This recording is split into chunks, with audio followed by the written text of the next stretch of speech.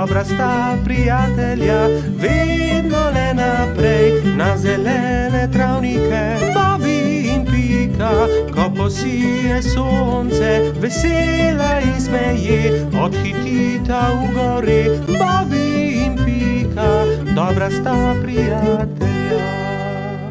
Prijateljstvo. Na topel poletni dan je pikapolonica Pika gledala skozi svoje okno. Naredila si bom zajtrk, je pomislila. Nato pa bom odšla na sprehod po tako lepo dišečem travniku. Sabo je na sprehod vzela svoj voziček. Mogoče bom našla kaj zanimivega in lahko uporabim voziček, da to odpeljem domov, si je mislila. Ojoj, je vzkliknila Pika. To je čudovita češnja, pravi zaklad. To bo čudovito kosilo. Poskušala je dvigniti češnjo na voziček, vendar je bila pretežka. Čeprav se je tako zelo trudila in ni mogla dvigniti. Prav takrat se je pojavil polž Bobby. Zakaj se kremžiš, mala pikapolonica? Je vprašal Piko. Ker ne morem dvigniti te češnje na svoj voziček, je odgovorila Pika. Ne bodi žalostna, ti bom jaz pomagal, je rekel Bobby in ji ponudil pomoč. Skupaj sta lahko dvignila težko češnjo brez težav. Pika se je nemudoma odpravila proti domu z okusno češnjo. Bobby je žalostno gledal za njo. Ali se ti ne zdi, da bi morala deliti češnjo z mano? Je vprašal Bobby ter jezno zacopotal z nogami.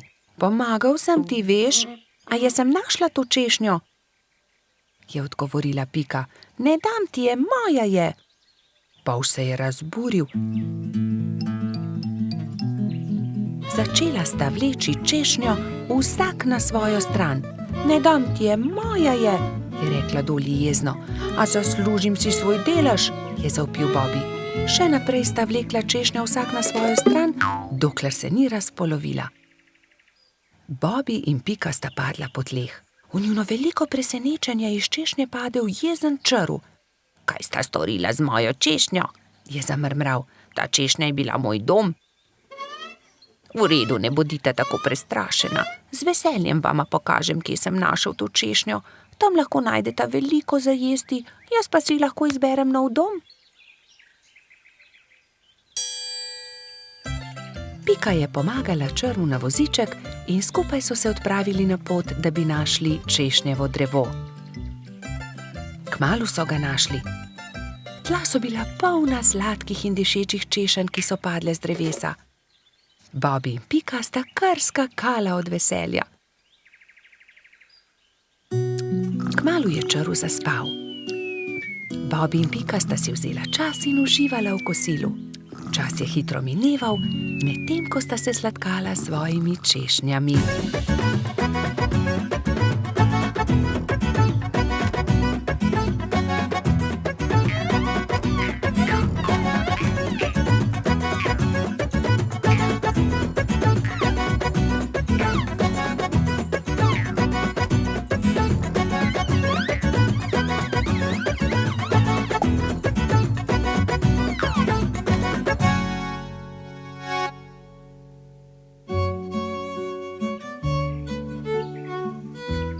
Bilo je že kar pozno, ko sta se odpravila domov. S seboj sta na vozičku vzela 2 češnji, eno za Piko in eno za Bobbyja. Sonce je zahajalo, ko sta dosegla Bobbyjev dom. Z vozička sta vzela eno češnjo ter se poslovila. Bobby je dolgo mahal Piki skozi okno svoje hiške. Bobby je zelo hitro zaspal, saj je imel zanimiv dan. V svojih sanjah je poskakoval naokoli med češnjami s Piko in jedla sta češnje, dokler nista bila njuna trebuščka popolnoma polna. Pika je kmalu prišla domov. Od takrat sta Bobby in Pika neločljiva, dobra prijatelja. Bobby in Pika, dobra sta prijatelja. Nabiranje borovnic. Nekega jesenskega dne sta Bibi in Pika odšla v gozd nabirat borovnice. Z njima sta šla tudi metuljčica Rozi in koloradski hrošč Edi. Jaz bom nabral največ borovnic, je veselo vzkliknil Edi. Poglejte, ta grm je poln borovnic, je rekel polžek. Naberem. Ampak Edi ga je prehitel in hitro skočil v grmovje ter pobral najlepše sadeže. Tudi ta grm se skoraj lomi pod težo borovnic, se je navdušila Pika. Ampak koloradski hrošč je bil spet hitrejši. Preden je prišla Pika, je že nabral najlepše borovnice grmovja. Edi, tako ne velja! Ne moreš pred nami pobirati vseh borovnic, je jezno rekla Pikapolonica. Kmalu je njihovo pot sekal potoček. Zgraditi moramo most, je rekla Rozi. Že vem kako. Pridite, prinesimo to izruto deblo. Vsakdo je prijel za svoje delo, skupaj so vlekli težke kose drevesa. Prijatelji so naredili trden most iz izrutega debla drevesa. Končali smo, je vzdihnila Rozi. Poglejte, tam raste borovničev grm, poln velikih modrih kroglic. Ediju ni bilo treba nič več besed. Jaz bom prišel prvi, borovnice so moje.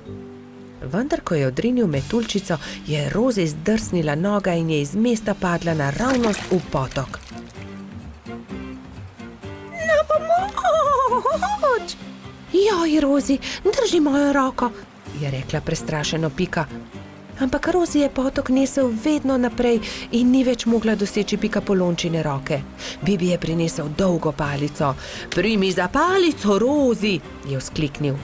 Vendar je tudi ta načrt spodletel. Metuljčico je vodo prehitro nosila. Edi, pomagaj, moramo rešiti Rozi iz vode, je kričala Pika in z 2 rokama sta izvlekla mokro metuljčico iz vode.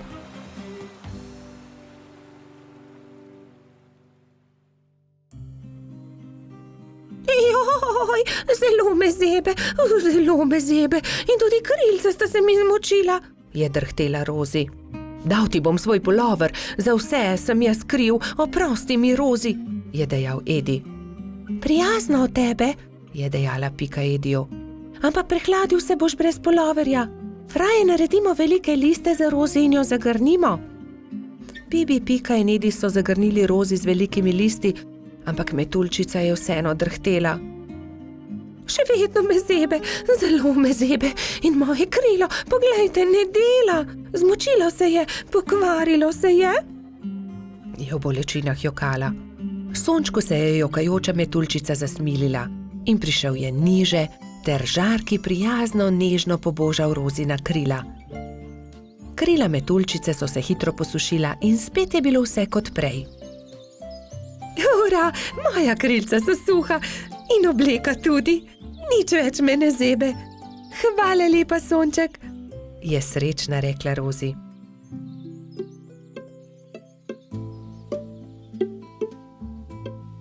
Oprosti, Rozi, je tedaj rekel Edi.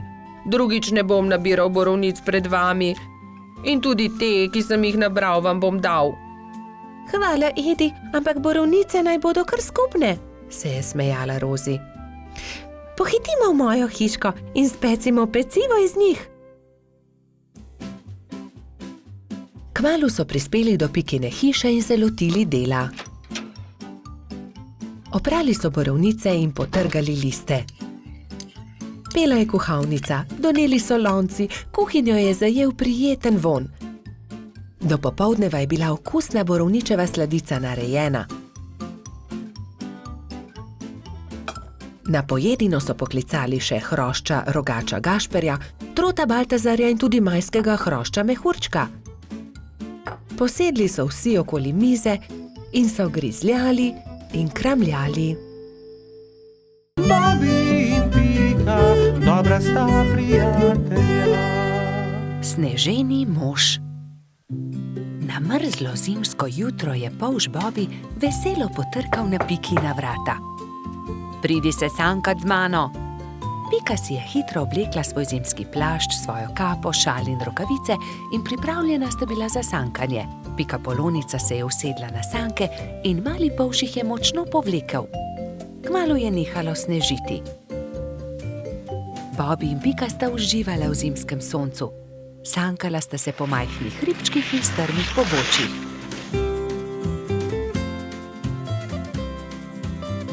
Poglej, kako čudovit sneženi mož, je vzkliknil Bobby. Oh, sanka mi bova trčila ravno van, je zaskrbljeno rekla Pika, vendar je bilo že prepozno. Sanke so trčile naravnost v sneženega moža, ki je stal ob vznožju hriba. Ali si se poškodovala? Je Bobby vprašal Piko. Ne, nisem se, a mislim, da sva uničila sneženega moža. Da, sneženi mož se je prekucnil, je rekel Bobby. In jaz bom pojedel njegov korenčkov nos. Pojdiva se kepat, uporabiva lahko snežakovo telo, je predlagala Pika. Bobby in Pika sta se začela kepat. Bilo je zelo zabavno. Kmalu ni ničesar več ostalo od sneženega moža. Nenadoma se je pojavil trod Baltazar ter jo pozdravil. Bobby in Pika sta radostno vprašala Baltazarja, ali se želiš kepati z nama? Nimam časa za to. Prinesel sem kapo in šal za sneženega moža, ki sem ga postavil včeraj. Ali sta ga mogoče videla? Bobby in Pika sta se presenečeno spogledala. Oh, ne, je zašepetal Bobby. Baltazar išče sneženega moža, ki sva ga zadela. Nista si mu upala povedati, da sta prekucnila njegovega sneženega moža. Ne, nisva videla nobenega sneženega moža. Mali trud se je zasmilil Bobbyju in Piki. Ne bodi tako žalosten, je končno rekel Bobby. Postavimo novega sneženega moža. V redu, je zahlipal Baltazar. Največjo kroglo je naredila Pika. Šla je na dno. Srednjo snežakov trebušček je naredil Baltazar. Bobby je naredil najmanjšo, ki je predstavljala snežakovo glavo. Pika je dvignila Bobbyja in ta je postavil glavo na vrh.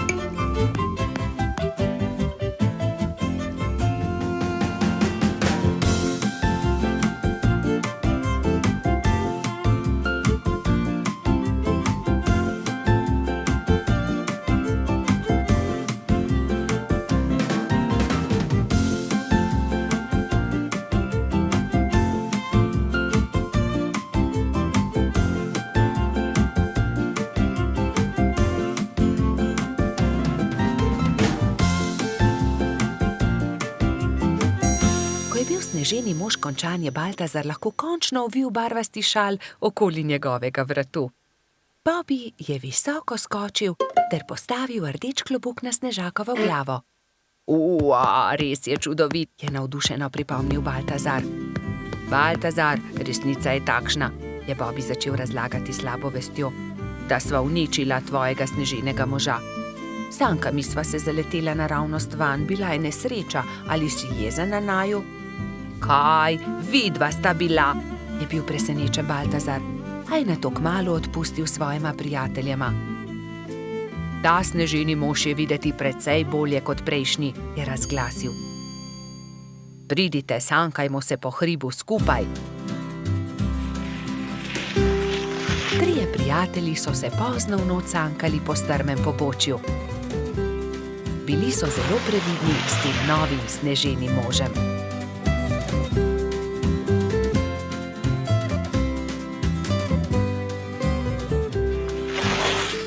Bobby in Pika, dobra sta prijatelja.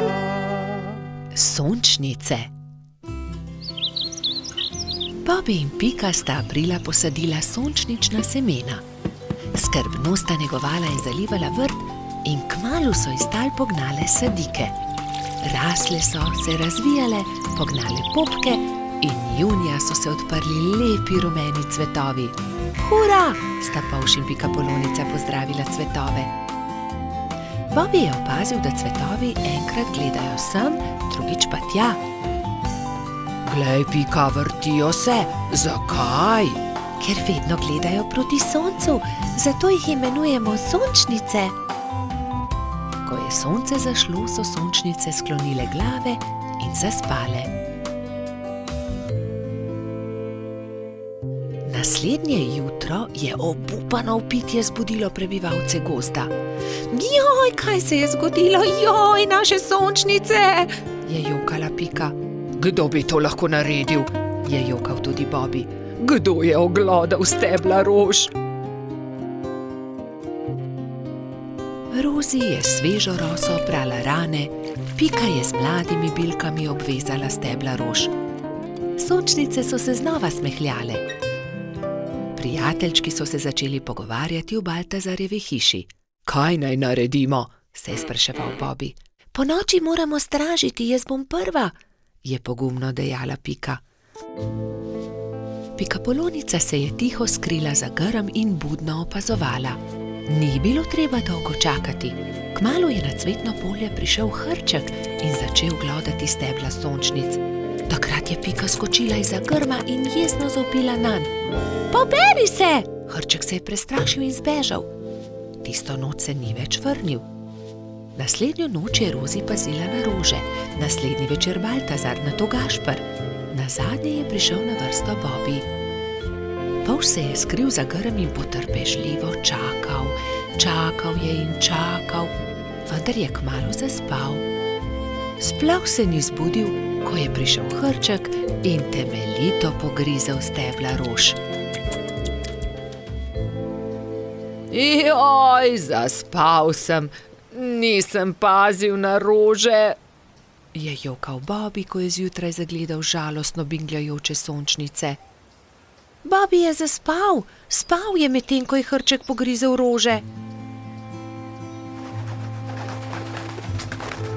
Zakaj ste žalostni? Jih je vprašal doktor Sova.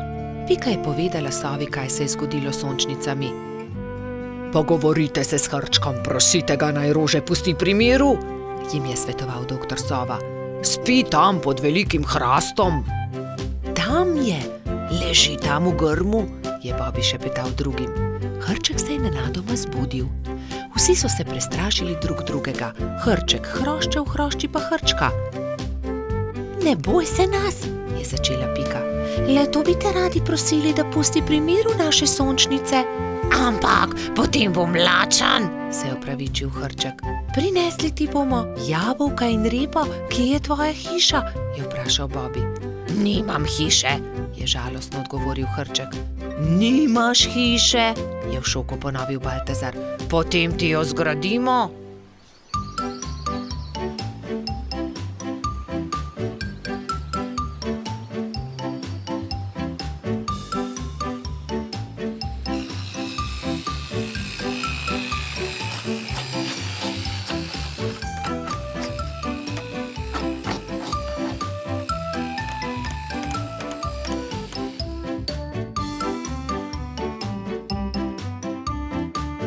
Pika je prinesla jabolka, Bobby semena, Rozi rozine, Baltazar regratove liste, Gašper pa korenček. Moja hiša je zelo lepa, je srečno dejal Hrček. Hvala tudi za večerjo. Hrček ni več grizel rož, sončnice so se vse poletje veselo nasmihale Bobbyju, Piki in njunim prijateljem. Bobby in Pika, dobra sta prijatelja. Čmrlka. Bobby, Pika in Baltazar so se zgodaj zjutraj odpravili na travnik. Hoteli so preizkusiti novo padalo, ki ga je naredil mali Trot, a nekdo je bil že na travniku. Majhna čmrlka je pobirala bezgove cvetove in pela veselo pesmico. Poletje je tukaj in bezeg cveti. Baltazar jo je pozdravil prvi. Lep pozdrav, mala čmrlka, jaz sem Trot Baltazar. To sta pa už Bobby in Pikapolonica Pika. Kdo si pa ti? Ime mi je Beti. Vračam se domov po dolgem potovanju in sem se odločila, da se bom ustavila za počitek na tem travniku. Mi pa se odpravljamo preizkusiti novo padalo. Želiš iti z nami? Je vprašal Baltazar. Z veseljem. Baltazar in Beti sta skočila prva in vsi drugi so preizkušali padalo. Igrali so se dolgo v noč. Ali bi prišla k nam tudi jutri? Je mali Trud navdušeno vprašal. Ne, žal ne morem. Jutri zjutraj moram skodaj vstati. Moj dom je daleč stran od tukaj in še vedno imam dolgo pot pred sabo. In tako so se Bobby, Pika in Baltazar poslovili od Beti. Baltazar je bil proti domu videti tako žalosten, da ga je Pika končno vprašala. Kaj je narobe? Baltazar je zaljubljen, se je zasmejal Bobby. Bobby, ne posmehuj se mu. Se je Pika razjezila na svojega prijatelja. Veš kaj, Baltazar, vprašaj Beti, ali bi jo ostala tukaj. V našem gozdu ji lahko zgradimo hiško. To je odlična ideja. Skodaj zjutraj se bom odpravil na travnik ter jo povabil, naj ostane tukaj. Baltazar, Pika in Bobby so naslednje jutro zelo zgodaj vstali. Pohiteli so na travnik, da bi se pogovorili z Beti. A žal so bili prepozni. Majhna čmrlka je že odšla. Edina stvar, ki so jo našli, je bilo poslovilno pismo, ki ga je pustila pritrjenega na drevesu za svoje prijatelje. Baltazar se je usedel na travo ter začel jokati. Tokrat se Bobby ni smejal. Pojdimo za njo, je rekel mali polž. Prepričan sem, da jo lahko ujamemo. Bobby, ti si počasen polž. Nikoli ne bomo ujeli Beti s takšno hitrostjo, je zastokal Baltazar. Bobby se je že skoraj odzval na želitev, ko je izza grmovja stopil jež. Mogoče lahko jaz pomagam. V resnici niti jaz nisem tako hiter, a sem vsaj hitrejši od njega. Baltazarju in njegovim prijateljem je bila zamisel všeč. Iz kostanjeve lupine so sestavili majhno kočijo in privezali vrvice na ježeve bodice. Ježeva kočija je bila pripravljena za potovanje. Spočimo si malo, predlagala Pika, ko se je stemnilo. Nadaljevali bomo pot jutri zjutraj. Baltazar je začel spet jokati. Nikoli je ne bomo našli. Oh, nekaj sladkega voham, to je bezeg, je vzkliknil Bobby. Bezeg? Se je začudila Pika.